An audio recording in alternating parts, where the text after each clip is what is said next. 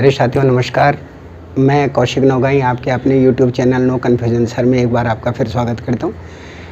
मैंने last time में आपको बताया था कि सिकंदर को महान कहा जाता है या उनकी जो तुलना है वो बड़े बड़े योद्धाओं और सूरमाओं में की जाती है।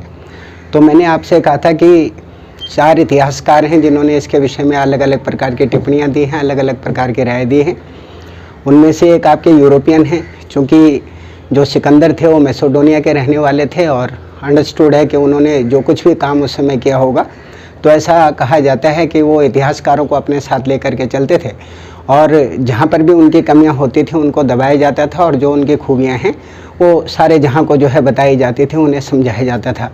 और कहीं पर भी ऐसा कोई ड्रॉबैक जो है नहीं लिखा गया उस समय में, जब आमतौर पर सिकंदर जो है विश्व विजय के लिए निकला था या विश्व विजय के लिए गया था, तो ऐसा माना जाता है कि ढेर सारे इतिहासकार उनके साथ में होते थे और जैसा उनका मन करता था उसके हिसाब से जो है अलग अलग प्रकार के उन्होंने इतिहास की रचनाएं की।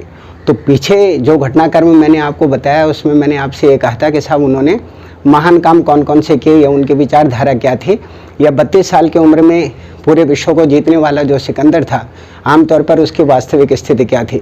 तो अब जो 3 इतिहासकार हैं 3 देशों के, वो अलग अलग प्रकार के राय इसमें देते हैं। नंबर पहले अगर हम बात करें चीन की, या दूसरा बात करें भारत की और तीसरी बात करें ईरान की, तो इन सारे के सारे लोगों ने सिकंदर को मात्र एक विदेशी राजकुमार कहा है, उसको छोड़ करके और कुछ भी नहीं। मैं आपको बताना चाहता हूं कि इस महानता में जो कुछ ऐसे धब्बे हैं, कुछ ऐसे दाग हैं जो आमतौर पर सिकंदर की महानता को कम करने के लिए पर्याप्त हैं। नंबर पहला तो यह है साथियों कि वो व्यक्ति जो आमतौर पर विश्व विजय के लिए निकला है और जिसका विश्व विजय अपना ध्येय है, वो मात्र कुल धरती का 15% ही जीत पाया था, ऐसे इतिहासकारों ने लिखा है। यानी जो ओवरऑल हमारी पूरी लैंड है, पूरी की पूरी दुनिया है, उसका मात्र 15% हिस्सा ऐसा था जो सिकंदर जीत पाया।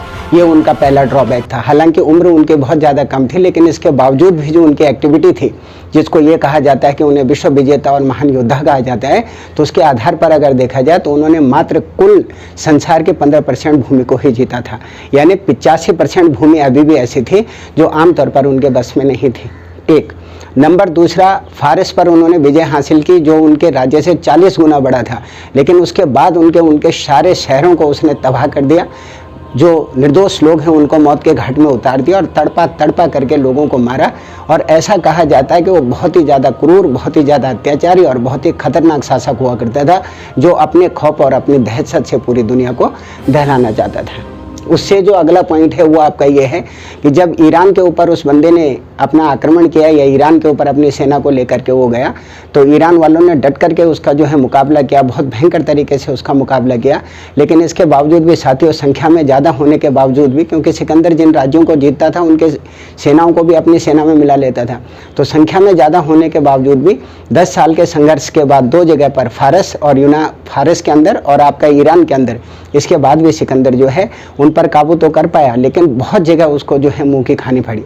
अलग अलग प्रकार के जो इतिहासकार हैं वो ये कहते हैं, एक व्यक्ति हैं जिनका नाम एरियन है, तो एरियन साहब ये कहते हैं, जो यूरोपियन ही थे, उन्होंने ये कहा कि जो ईरान युद्ध है उसमें सिकंदर ने 3 लाख सैनिकों का वध किया। किसके?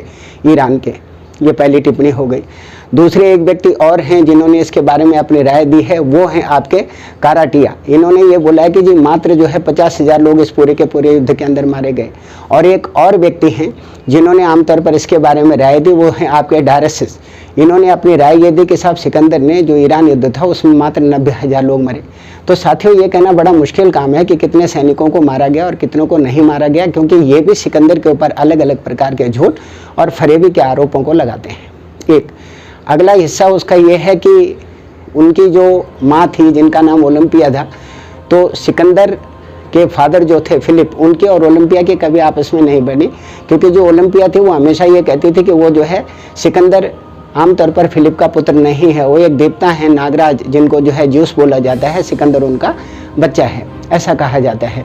तो ऐसा माना जाता है कि सिकंदर ने अपने पिता की भी हत्या कर दी या अपने किसी खास व्यक्ति के साथ में मिलकर के आमतौर पर उसकी जो है हत्या करवा दी, अपने बाप की यानी फिलिप्स को मरवा दिया।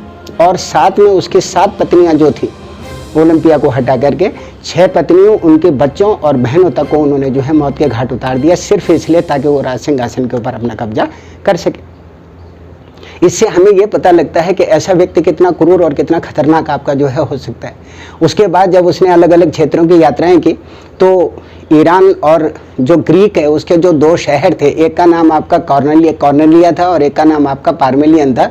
इन दोनों शहरों को उसने मौत के घाट में उतार दिया, नेस्ता नाबूद कर दिया, बिल्कुल जला करके राख कर दिया। ऐसा कहा जाता है कि जहाँ तक आपकी जो है पार्मेलियन की बात है, तो कह रहे हैं एक दिन शराब के नशे में सिकंदर बहुत ज़्यादा धुत था और आमतौर पर डांस देख रहा था, यानी नर्तकियां उसके सामने जो है नृत्य कर रही थी।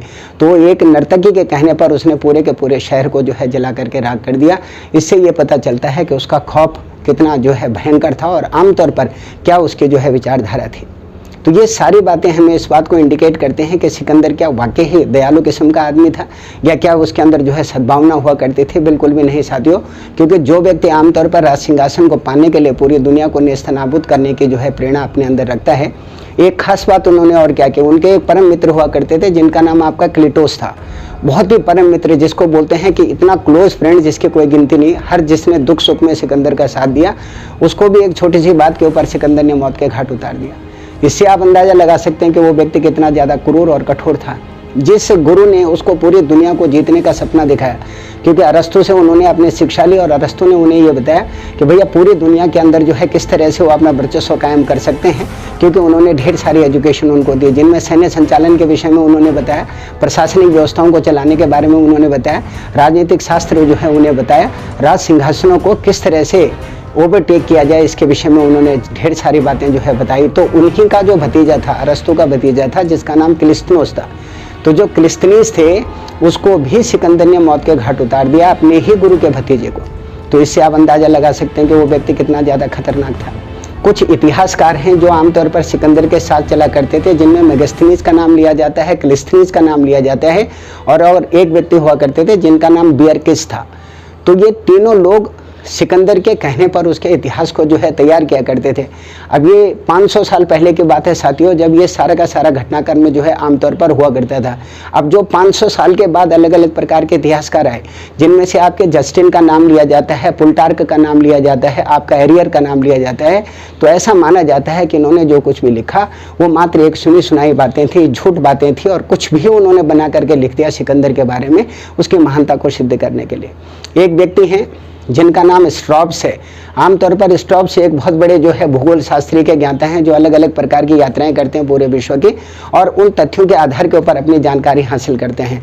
तो उन्होंने भी इस बात को बिल्कुल स्पष्ट किया है कि जो समकालीन सिकंदर के अलग अलग प्रकार के इतिहासकार थे, जिनका अभी मैंने उल्लेख किया कि मेगास्थनीस थे, आपके क्लिस्तनीस थे, और नंबर दूसरा मैंने एक व्यक्ति का और आपके सामने नाम लिया था, वो थे बियरकिच। तो इन्होंने जो कुछ भी लिखा वो सारे ग्रंथ आपके डिस्ट्रॉय हो गए, वो सारे के सारे बर्बाद हो गए। तो जो बाद के जो इतिहासकार थे उनमें चाहे आप काराटिया की बात करें, चाहे आप एरियन की बात करें, चाहे आप जस्टिन की बात करें, चाहे आप प्लूटार्क की बात करें, तो इन लोगों ने जो कुछ भी लिखा वो आमतौर पर सिर्फ गेस लगा करके लिखा।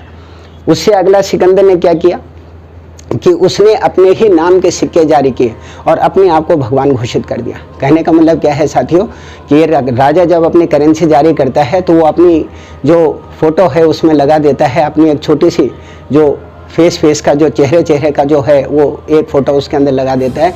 तो सिकंदर ने उस फोटो में अपने आप को भगवान साबित कर दिया। यानी जो अलग अलग प्रकार के जो ग्रीक के देवता हुआ करते थे, आमतौर पर उनकी अलग अलग प्रकार की छवि पीछे से कान के ऊपर से सींग निकाल करके वो सिक्के के ऊपर जो है छपवाए और अपने मंदिर बनवाए। मतलब लोगों से वो ज़बरदस्ती क्या करवाता था, अपनी पूजा करवाता था अलग अलग जगहों के ऊपर। इससे आप अंदाज़ा लगा सकते हैं कि वो व्यक्ति कितना ज़्यादा खतरनाक और भयंकर था। एक राजा हुआ करते थे, कहते हैं, जिसका नाम आपका जो है बैस्ट्रिया का एक राजा हुआ करता था जिसका नाम बूमस था। तो आमतौर पर इसने सिकंदर ने उसके साथ बहुत डट करके उस आदमी ने इसका मुकाबला किया। सिकंदर ने उसको गिरफ्तार किया और गिरफ्तार करने के बाद उसको अपने दरबार के अंदर ले आया। तो सबसे पहले तो उसको कोड़े लगवाए। एक राजा को बहुत बुरी तरीके से कोड़ों से पीटा गया, उसके बाद उसके नाक कान कटवा लिए और उसके बाद उसको मौत के घाट में उतार दिया। जितने भी आपके ईरान के जितने भी पूजा स्थल थे उन सबको बहुत बुरी तरह से जो है डिस्ट्रॉय कर दिया, उनको बर्बाद करके रख दिया। फारस जो देवी देवताओं को बहुत ज़्यादा मानता था और उन शक्तियों की जो है बहुत ज़्यादा आराधना करता था, उनके सारे के सारे जितने भी आपके धार्मिक स्थान थे उनको नेस्तनाबूद कर दिया, उनको खत्म कर दिया, खाक में मिला दिया। अब आप ऐसे कैसे अंदाज़ा लगा सकते हैं कि इस व्यक्ति के अंदर महान विचारधारा होगी। ये सारी बातें सिकंदर के उन बदनुमा दागों में से हैं जो आमतौर पर उसकी महानता में बहुत सारे जो छींटे हैं, जो कालिक हैं, उसके व्यक्तित्व की तरह फैला देती हैं। एक और बात है कि सिकंदर का बहुत बड़ा दुर्भाग्य था कि उसने भारत में आने की सोची, और भारत में भी शुरू से साथियों गद्दारों की कमी नहीं है, बड़े बड़े जयचंद यहाँ पर जो है उपलब्ध होते हैं। तो आमतौर पर जब वो सिंधु नदी को पार कर रहा था तो सिंधु नदी के किनारे आम भी एक जो है शहर हुआ करता था, और वहाँ का राजा आम्बिराज था, जिसने आमतौर पर सिकंदर को आमंत्रित किया और कहा कि आओ जी, आप हमारे देश में आपका स्वागत है, और उसके साथ मिलकर के अपने ही देश के राजाओं को मारने का उसने पूरा जो है प्रोग्राम बना लिया।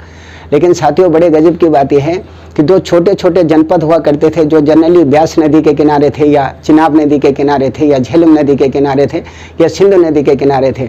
उन्होंने इतना डट करके सिकंदर का जो है मुकाबला किया कि उसको मुँह की खानी पड़ी कई जगह, और चूंकि उसके पास संख्या बल बहुत ज़्यादा था, सेना बहुत ज़्यादा थी, इसके बावजूद वो जीत तो गया, लेकिन आमतौर पर इतना बुरी तरीके से उसको जो है लताड़ा गया, इतनी बुरी तरीके से उसे मारा गया जिसकी कोई गलती नहीं है। उसने एक बहुत बड़ी ज़िंदगी के अंदर जो मेजर गलती की, वो गलती थी उसकी कि वो हमारे हिंदुस्तान के एक राजा थे, जो अवस्थी एक राज हुआ करता था, और उसको जिसको हम आज का पंजाब कहते हैं, जो झेलम और चिनाब नदी के किनारे बसा हुआ था, उसने उस राज्य के ऊपर जो है आक्रमण कर दिया। वहाँ का राजा जो है बमनी हुआ करता था, और उसके बाद पौरुष उनके पुत्र हुआ करते थे, तो उनको पुरुषोत्तम भी बोला जाता है। और पुरुषोत्तम ने जब देखा कि जो सेना है आपके सिकंदर की वो बिल्कुल उनके दरवाजे पे आकर के खड़ी हो गई है, यानी उसने जो झेलम नदी है उसको पार कर लिया है, और उसके बाद वो युद्ध के मैदान में आ चुके हैं।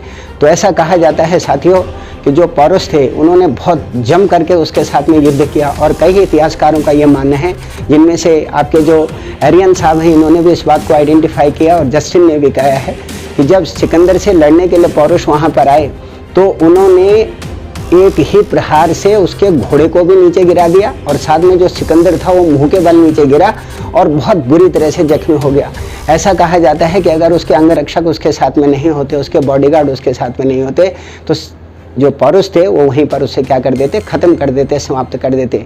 ये हमारे देश का एक छोटा सा एग्जाम्पल था, जिन्होंने सिकंदर को वहाँ पर खदेड़ करके रख दिया। और ये तो छोटे छोटे जनपद थे।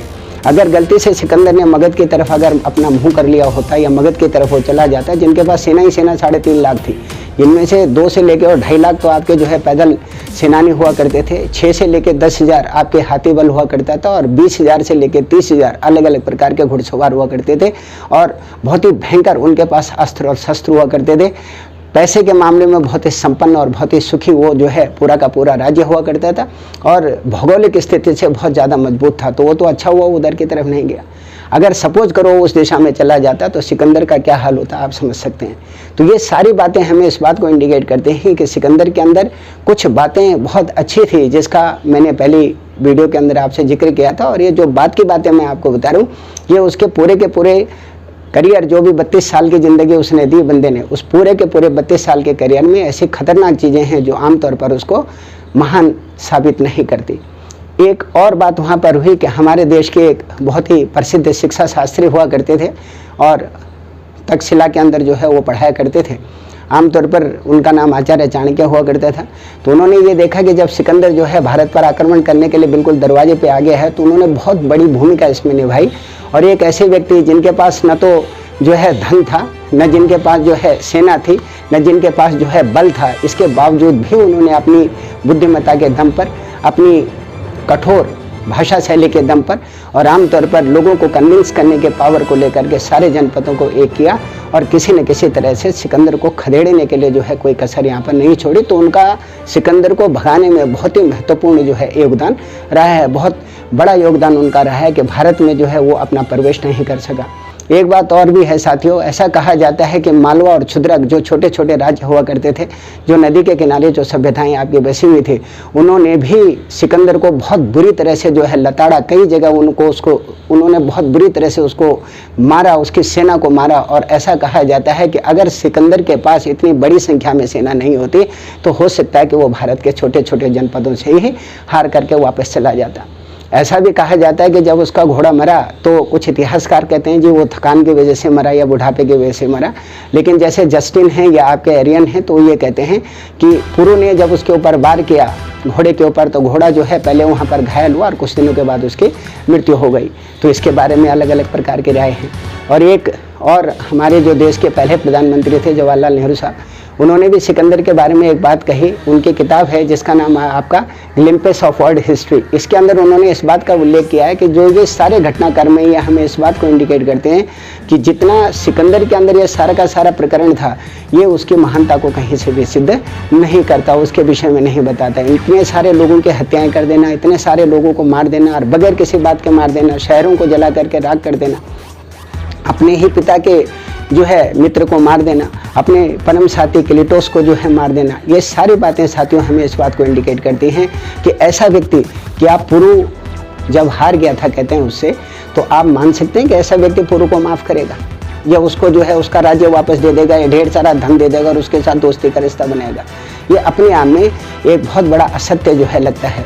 लेकिन चूंकि इतिहासकारों ने इसके बारे में अलग अलग प्रकार की टिप्पणियां दी हैं, खासतौर पे कई फिल्में जो है सिकंदर के ऊपर बन चुकी हैं, उनकी महानता के ऊपर बन चुकी हैं, लेकिन रियलिटी क्या है उसमें अलग अलग इतिहासकारों का अलग अलग प्रकार का मत है। मैंने आपसे ये जो सारी की सारी बातें बताई हैं ये उन पैमानों के ऊपर बताई हैं जिनमें चाइना के जो अलग अलग प्रकार के इतिहासकार हैं उन्होंने क्या कहा, भारत के इतिहासकारों ने क्या कहा और ईरान के इतिहासकारों ने क्या कहा, इसके विषय में मैंने आपको जानकारी दी। तो ये सारी की सारी बातें इस बात को इंडिकेट करती हैं कि कहीं तो कुछ ऐसा था जो आमतौर पर सिकंदर की इस महानता के पीछे अलग अलग प्रकार के दागों को आइडेंटिफाई करता है, अलग अलग प्रकार की चीज़ों को हमें दर्शाता है। और शायद साथियों यही कारण रहा होगा कि जो मैंने आपसे लास्ट वीडियो में कहा था कि जो कंठ जाति के जो लोग थे ना, आमतौर पर कंठ ही उनका राज्य था और उनको जो है कंठक बोलते थे उन लोगों को, या उनको क्या बोला जाता था, कथायाई बोला जाता था। तो ऐसा माना जाता है कि वो बहुत ज़्यादा कुशल सेनानी हुआ करते थे, बहुत बहादुर हुआ करते थे, तगड़े वॉरियर्स जिन्हें बोलते हैं वो हुआ करते थे। तो सिकंदर ने एक छोटा सा जनपद समझ के उनके ऊपर भी आक्रमण कर दिया था। तो उन्होंने इतनी बुरी तरह से कहते हैं सिकंदर को खदेड़ा कि जिसकी कोई गिनती नहीं। वो हारे सिर्फ इसलिए क्योंकि सिकंदर के पास सेना बहुत बड़ी थी और बहुत सारे लोगों के साथ में कम लोग ज़्यादा देर तक मुकाबला नहीं कर सकते, लेकिन किसी ने भी घुटने नहीं टेके। तो ये सारी बातें सिकंदर के उन महानतम पलों को कम कर देते हैं जो उसके विषय में इतिहासकारों ने लिखी है। तो साथियों ये वीडियो आपको कैसे लगी इसके विषय में प्लीज़ ज़रूर बताइए। और आपसे मेरी बार बार जो है एक प्रार्थना होती है, मैं बार बार आपसे विनती करता हूँ कि प्लीज़ जैसे जैसे मैं एजुकेशन के तो सारी वीडियो आपके सामने डालता ही हूँ, कई जीके के कुछ चीज़ें आपके सामने डाल देता हूँ, कुछ महापुरुषों के विषय में आपको जानकारी दे देता हूँ। तो आपसे मेरी बार बार यही इल्तिजा होती है, प्रार्थना होती है, और हम प्रार्थना ही कर सकते हैं सर कि आप ज़्यादा से ज़्यादा लोगों को इसको शेयर करें, इसे सब्सक्राइब करें और ज़्यादा से ज़्यादा हमें सपोर्ट करें। क्योंकि जब आपका सपोर्ट हमें मिलेगा साथियों तभी जा कर के हम इस पूरे के पूरे जो निर्माण है इसको आगे हम प्रोड्यूस कर सकेंगे, इसको आगे बढ़ा सकेंगे, क्योंकि आपके सहयोग से ये संपन्न हो पाएगा। मैं कौशिक नौगाई फिर दूसरी वीडियो आपके सामने लेकर के आऊँगा। तब तक स्वस्थ रहिए, अपना ध्यान रखिए, अपने परिवार का ध्यान रखिए, पढ़ते रहिए, सीखते रहिए। नमस्कार।